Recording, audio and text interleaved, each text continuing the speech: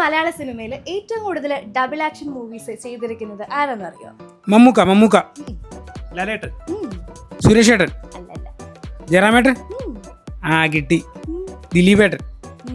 ഇവരാരും അല്ല. ആരെന്ന് നിങ്ങൾക്ക് അറിയണ്ടേ?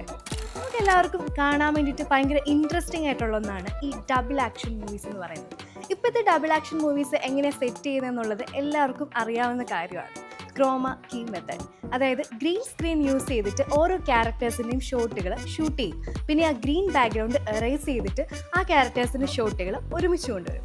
20s ശേഷമുള്ള മൂവീസ് എല്ലാം ഈ മെത്തേഡ് യൂസ് ചെയ്തിട്ടാണ് ചെയ്തിരിക്കുന്നത്. അപ്പോൾ 20s മുൻപും ഈ 80s 90s കമ്പ്യൂട്ടർ ഗ്രാഫിക്സ് പോലും ഇല്ലായിരുന്ന സമയത്ത് ഈ ഡബിൾ ആക്ഷൻ മൂവീസ് ചെയ്തിരുന്നത് സ്പ്ലിറ്റ് സ്ക്രീൻ യൂസ് ചെയ്തിട്ടാണ്. അതായത് സ്ക്രീൻ ബാക്ക്ഗ്രൗണ്ടിൽ ഒരു സൈഡിൽ ഒരു ക്യാരക്ടർ, മറ്റേ സൈഡിൽ ഡിഫറെൻറ്റ് ക്യാരക്ടർ, ദെൻ അവരുടെ രണ്ടുപേരുടെയും ഷോട്ടുകൾ ഷൂട്ട് ചെയ്യും. പിന്നെ അതെല്ലാം കൂടെ ജോയിൻ ചെയ്യിക്കും.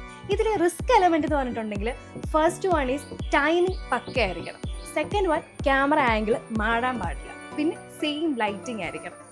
ശങ്കർ ചിത്രം എന്തിനെന്നിൽ നമ്പർ ഓഫ് ചിട്ടി റോബോട്ട്സിനെ ഒരേ സീനിൽ നമ്മൾ കണ്ടതാണ്. ഇതിൽ യൂസ് ചെയ്തിരിക്കുന്നത് ഡിജിറ്റൽ ഡബിൾ മെത്തേഡാണ്. അതുപോലെ 2012 പുറത്തിറങ്ങിയ മാറ്റ് എന്ന സിനിമയിലാണ് ഇന്ത്യൻ സിനിമയിൽ ആദ്യമായിട്ട് പെർഫോമൻസ് ക്യാപ്ചർ ടെക്നോളജി യൂസ് ചെയ്തിരിക്കുന്നത്. നമ്മുടെ മലയാള സിനിമയിൽ ഏറ്റവും കൂടുതൽ ഡബിൾ ആക്ഷൻ മൂവി ചെയ്തിരിക്കുന്നത് ആരാന്നറിയോ? മമ്മൂക്കയല്ല.